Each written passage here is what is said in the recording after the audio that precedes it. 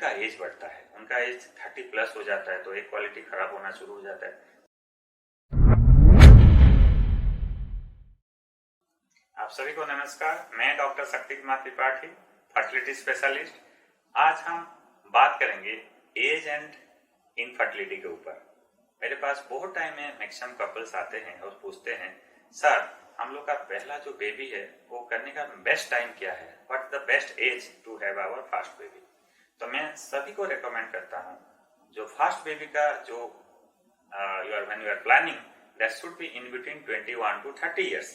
तो 30 साल के पहले फर्स्ट बेबी हो जाना चाहिए, क्योंकि मैंने देखा है जैसे फीमेल का एज बढ़ता है, उनका एज 30+ हो जाता है तो एक क्वालिटी खराब होना शुरू हो जाता है, 35 हो जाता है तो और भी खराब हो जाता है। जिन लोगों का 40-45 हो गया उनका मेंस ही बंद हो जाता है, जिसको हम मेनोपॉज बोलते हैं, तो उनके लिए अब बच्चा करना भी डिफिकल्ट होता है, उनके लिए डोनर भी लेना पड़ता है।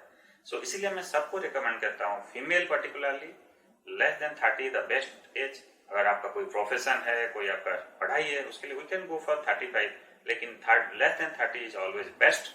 एंड फॉर मेल्स, जैसे उनका भी सेम थिंग, 40+ हो गया, जिनका 40 से ज्यादा हो गया, उनका स्पर्म का क्वालिटी भी खराब हो जाता है। तो इसलिए ऑल मेल्स और हस्बैंड आप सभी को रेकमेंड करता हूँ, 40 के पहले आप प्लान कीजिए फर्स्ट बेबी के लिए। एंड जब बहुत लोग मुझे पूछते हैं, सर हम लोग का तो पहला बेबी हो गया, तो सेकेंड बेबी तो अभी इनफर्टिलिटी नहीं होगा, उससे हो जाएगा।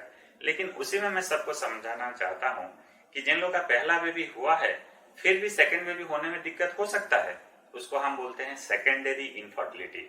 सो जो लोग का फर्स्ट बेबी होने के बाद सेकेंड बेबी प्लान कर रहे हैं, नहीं हो पा रहा है, उनका भी ट्रीटमेंट का जरूरत है, उसके भी हम देखते हैं क्या दिक्कत हो रहा है, क्यों सक्सेस नहीं हो पा रहा है।